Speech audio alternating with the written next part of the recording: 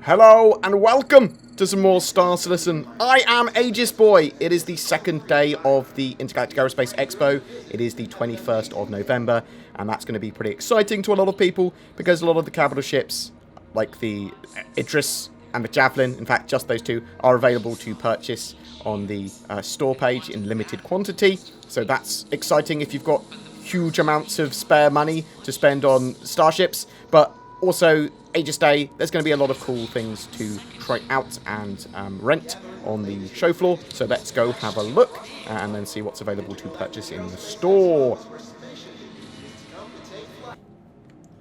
So Aegis have got some pretty big ships for you to check out. We've got the Reclaimer there in the centre. Definitely worth checking out. It is mostly, at the moment, just a big ship when it actually has its sort of like scavengey, salvagey mechanics added in the future. More salvage and tractor beams and stuff. It's going to really come into its own. At the moment, it's just great to see it as a big ship and maybe have a bit of a look around it.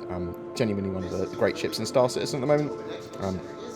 But the Expo Hall, just big enough. Probably purpose-built to house ships like that in the centre. We're going to have a look downstairs at the end at the Redeemer, Vulcan and Nautilus in the Holosuite.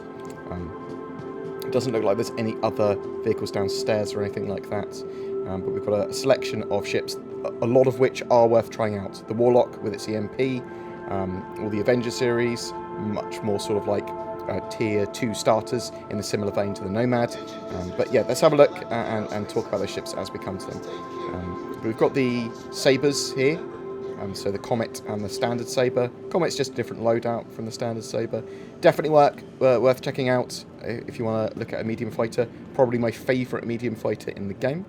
I'm very much in love with the Sabre. We're going to start at Zenith Halls 4 to 5 because that appears to be the direction I'm going in. And we've still got the Apex Halls above this one as well. Hello. Well, oh. Someone using their comms here as they passed me. So yeah, we've still got the Apex Halls, I believe, above us, which has got the consolidated Outlands ships until 4 PM on the 22nd, and then that will get switched over with the new manufacturer that day, and then this hall will be here for another 24 hours after that, and they're sort of like overlapping. So we've got the Eclipse and Redeemer in here. It's a shame that there's nothing there. There's a little seating area, which is pretty cool. So the Eclipse, cool torpedo bomber. Definitely worth taking out for a spin, especially with larger ships getting into Star Citizen and actually being much more functional. Did I call this the Redeemer? It's the Retaliator. I'm a dum-dum. Redeemer is downstairs in the form of a Holosuite ship, but this is a Retaliator. A lot of people think this needs a rework. This is a larger torpedo bomber, basically. It's got some modularity as well to it. Does it need a rework? Maybe a light rework in the same way that all ships need to be brought up to standard, and a few little other tweaks. It's a cool ship. It's one of the ships that got me really excited about Star Citizen when it was sold with modularity, same as the Caterpillar. Got me excited. Can I actually buy some water, because my character is reasonably thirsty. Yes. Hi. Let me know if there's anything I can help you with. And let's have a quick sip. I just want to drink it. Drink. I'm very loud. Perfect. Thanks.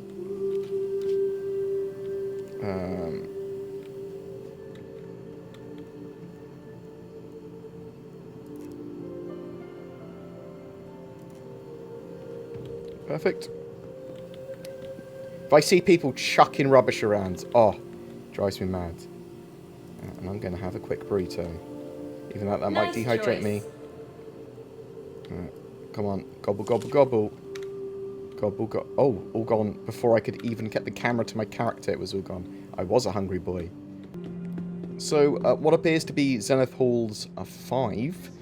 We've got the whole Vanguard series of ships. Now, Vanguards, very cool. Still have yet to come into their own in Star Citizen, in my opinion. Although, their lots of fixed weapons work a lot better now with the fixed weapon assist that was put into the game relatively recently. But yeah, lots of large front-facing weaponry. Great ship for 1 to 2 players. When we have AI blades and stuff like that, I think the ships will get a lot more powerful. But you've got things like the hoplite over there. The hoplite having, I think that's the hoplite rather than the harbinger. That's the harbinger, and is that the hoplite? Yeah, okay. They're very similar paint schemes, and it confuses my brain. So the harbinger, the missile variant, the hoplite, the more drop-shippy variant, and the cheapest of vanguards. And then you've got the warden, which is the sort of like more durable, I suppose, standard variant. Escape pod in the centre is the idea. And then you've got the sentinel, which is the E-war variant with sort of like distortion weapons, and it has E-war on the brain is the idea. So I think I prefer the sentinel, and I have a sentinel myself because of that, because I'm looking forward to the E-war mechanics in the game, even if it's just sort of like that's more of an E-war fighter than a proper E-war ship. So over in Zenith Hall 2, let's see what we have. So we've got the Avengers, and it's just all of the Avengers, not the film, the second tier starters. So got the Avenger Titan, we've got the Renegade in the centre there, and we've got the Warlock over to the right there, I believe. These Avengers look the same, because one is the Titan, one is the Stalker. Which one are you, sir? No, not rentable. That's the Titan. So that's the sort of like one with a bit of cargo space in, and it's the one I recommend for most people to starting the game with if you want something a bit better than a normal starter ship. And then we've got the Stalker, I'm assuming here, except it doesn't let me highlight it. It does now. That's got the sort of like bounty hunter cages at the back. I say cages, little safety security pods at the back here, which are cool. They are going to have proper use in the game eventually, especially now that you can stun people and knock them out and stuff. And then we've got the Renegade, which is just a different loadout for the Avenger Titan, and different paint scheme. And then you've got the Warlock, which has an EMP. The EMP is pretty cool, but it's not made... The EMPs are going to get a lot more work before they're finalised, shall we say. Oh, it's having its spinniness. It's very exciting. So I really like this. I really like that. Though it does make me feel like you wouldn't be able to go in here if you had like a pacemaker or something like that. Right, let's go check out the other hall. So moving into the third hall. I have no idea what order the halls are going to come out in edit, because I did not do them chronologically, because I am an idiot. But we've got the Gladius. I think a lot of people like the Gladius. Is that the standard Gladius or is that the Valiant?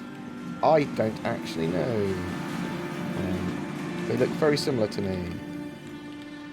So that's the standard Gladius, and assumedly that's the Valiant then? Well, I thought the Valiant had a slightly different skin. We've got the Hammerhead. Definitely one to try. That is the big old, lots and lots and lots of big turrets sort of ship for anti-fighter, anti-bomber, anti-torpedo sort of ship. Is this a Valiant then? Yeah, this is the Valiant. Yeah, so definitely worth renting and trying out the Hammerhead for 48 hours for sure. See if you can get a crew together. See if you can run some missions. Run pretty much all the combat missions in the Hammerhead pretty successfully. Very, very, very cool ship. Very big. So see if let me give you some scale for hashtag the bigness. Pretty big, eh? Pretty big.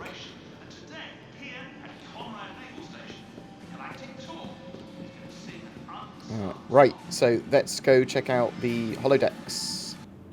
So we're downstairs now, and we're going into the Holosuite. We've got the Redeemer as we enter. And let's have a quick read of it before having a look.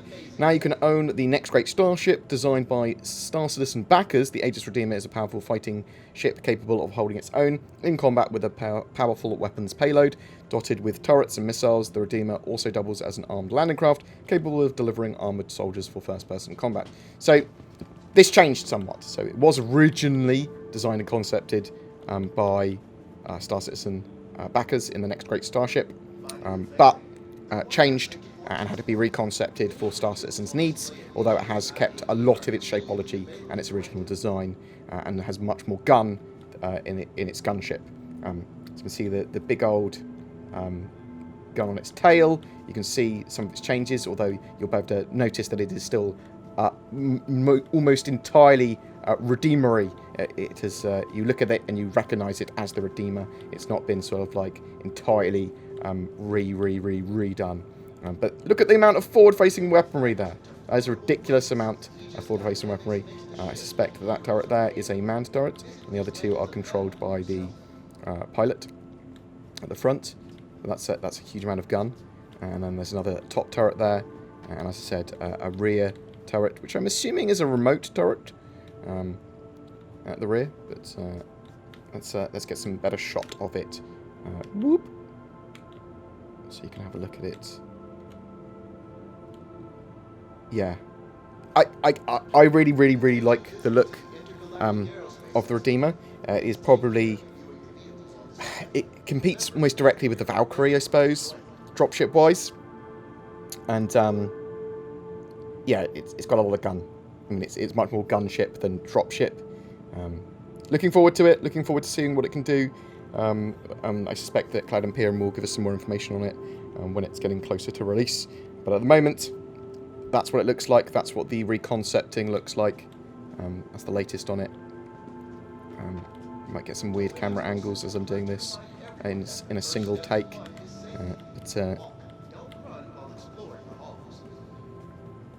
Yeah, I'm pretty excited by that. Where are we going? We're going around here. What next ship could we see?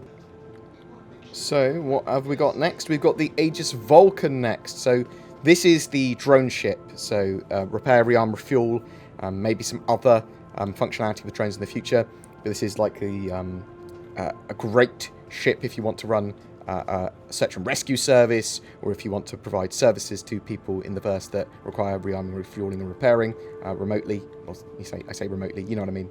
Using drones. Refuel, repair, rearm, become a one-person support crew with the Aegis Dynamics versatile Vulcan, supplying aid to pilots on the fly, whether pinned down under heavy fire and in need of ammunition, low on quantum fuel, after an ill-planned jump, or stranded in unknown space with a busted thruster. A pilot in distress can always count on the Vulcan and its cadre of drones to lend speedy, efficient assistance. So yeah, this is going to be a great one for fleet support as well. I suspect lots of people are going to want to have a Vulcan in their fleet. The Orgs are going to want to have a few Vulcans as well. Boop. Let's see if we can get a nice shot at the top as well. Okay, that's pretty good. Yeah, pretty excited for the Vulcan as well. I mean, I'm excited for all Star Citizen ships. I'm a monster. It's still got a little bit of defense. It's got a little turret on the top, it looks like. Yeah, but looking forward to seeing what that ship can do in the future. Oh, and then we've got the Nautilus. So this is a really interestingly shaped ship. It's got big forward-facing guns, but that's not the main thing the Nautilus does. The main thing the Nautilus does is deploy mines, mines being magnetic bomb mines, but also turrets, sort of like deploys a mine that is a turret, effectively, and also acts as a mine sweeper. So you can repurpose mines and turrets that it finds, and then deploy them itself later. It's got a reasonable amount of defense on it. It is... Is it Corvette class? Is it not? I mean, I think there's a debate for that. Let's have a quick read of what the current offering suggests the ship is. With 4 centuries of distinguished service under its belt, the Aegis Dynamics Nautilus Tactical Mine Layer represents the ultimate in strategic combat engineering, with fully integrated mine deployment, sweeping, and disarming capabilities. And it is certainly, as I've said with all the ships other than Nomad recently, a very cool ship. Yeah. Looking forward to that drone gameplay for the Vulcan and the Nautilus.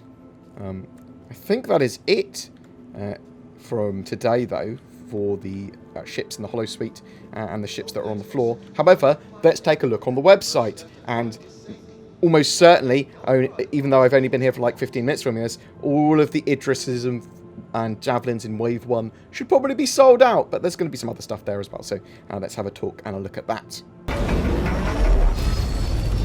Nobody lives large, quite like Aegis dynamics. Their massive cap ships are undeniable classics. Every year, folks flock to the IAE to get glorious stiff necks, looking up in wonder at these and the whole of Aegis's vaunted fleet. But a true gearhead, like yours truly, doesn't need to see these mighty vessels to tell them apart. One only needs to listen to the distinct song of their massive thrusters. Jimmy, the blindfold? I thank you. Here it comes. It's a Javelin. No, Idris. Idris! Sir! So yes, another silly video from Jax McCleary, which is cool. Let's have a look at the Aegis Dynamics range of ships that are on sale today. We've got a discounted Warbond upgrade, so you can upgrade your ship to a Vanguard Warden if you so wish. Obviously, we've got all those ships with the 120 months insurance as well, the Aegis Stalker, so the Avenger series is what I'm trying to say there really badly, but also the Eclipse, the Gladiuses, the Hammerhead. I've got VAT added here, that's why it's expensive. The claim is pretty good as a price, question mark. Obviously, digital purchases of this much are mad, but it's going to be a really cool ship once it's got salvage in for sure. We've got the Retaliator, as I talked about earlier, the Sabres, but not the Sabre Raven. That is a promo ship, which is why you haven't seen it. We've got all of the Vanguards as well. I do have a lot of love for that Sentinel.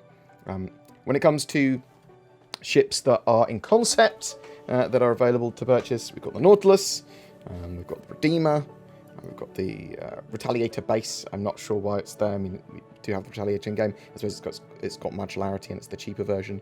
And we've got the Vulcan as well. It says Chairman's Club offers here, which I'm assuming is supposed to be for the Idrises. So I might have to log into another account to see them. What other paints and stuff do we have?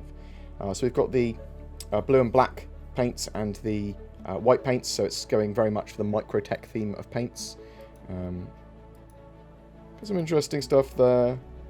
I've got the merch as well. So let me log into my other account and see if we've got access to the Idrises.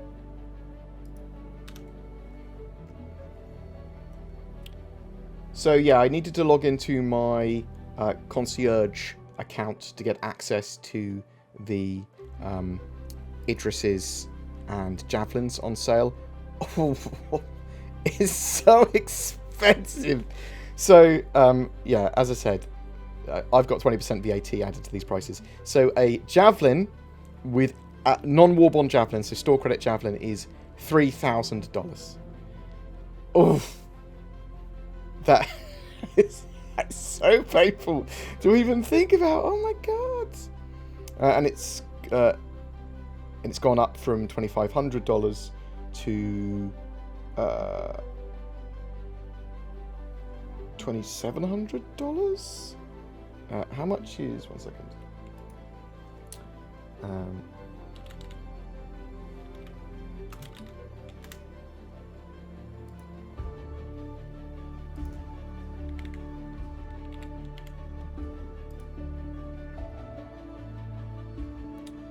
Yeah, so this ship has gone up from $2,500 Warbond to $2,700 Warbond.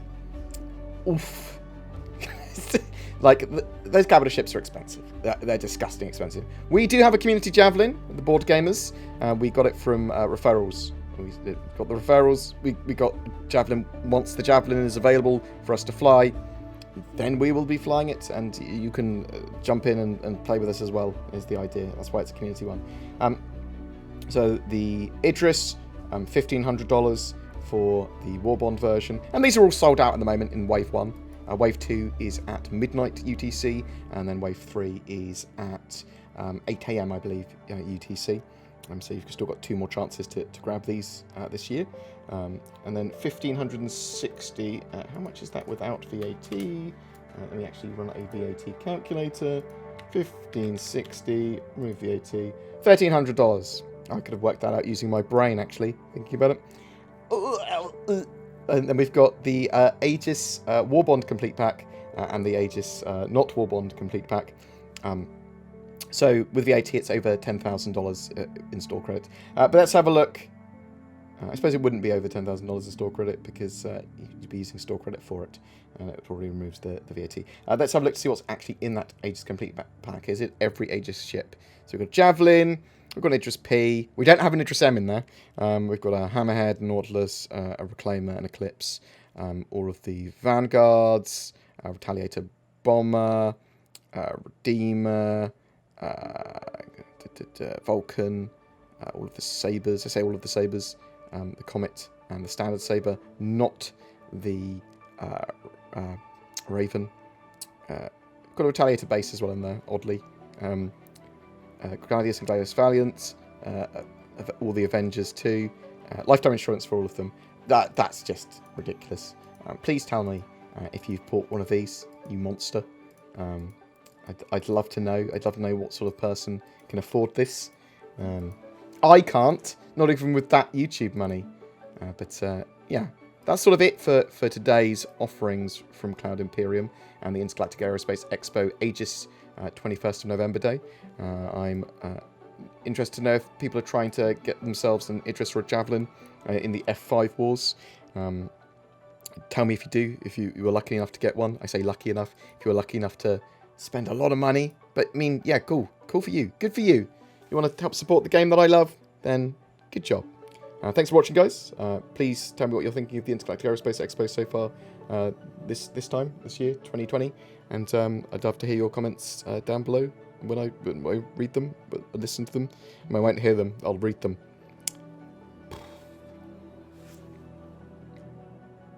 Each month we have a ship giveaway. For November, we are giving away a Mercury Star Runner again. This highly anticipated multi-role ship is great for small to medium-sized crews that want to do a bit of everything, whether that be cargo running, data running, missions, combat, smuggling, all that sort of jazz. All you've got to do to be in for a chance of winning one is comment on any of my videos made for November, including this one. More details down below.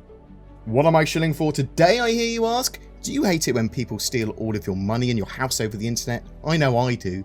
NordVPN may have been invented by wizards to help protect your personal data from the prying eyes of the dark web, a sinister cabal of technomancers that grow in power the more they know about your browsing habits. The true story of NordVPN's origins are unknown and lost to the ages, and without using facts, no one really knows how it provides more accessibility to otherwise censored websites or a safer security experience for all that use it.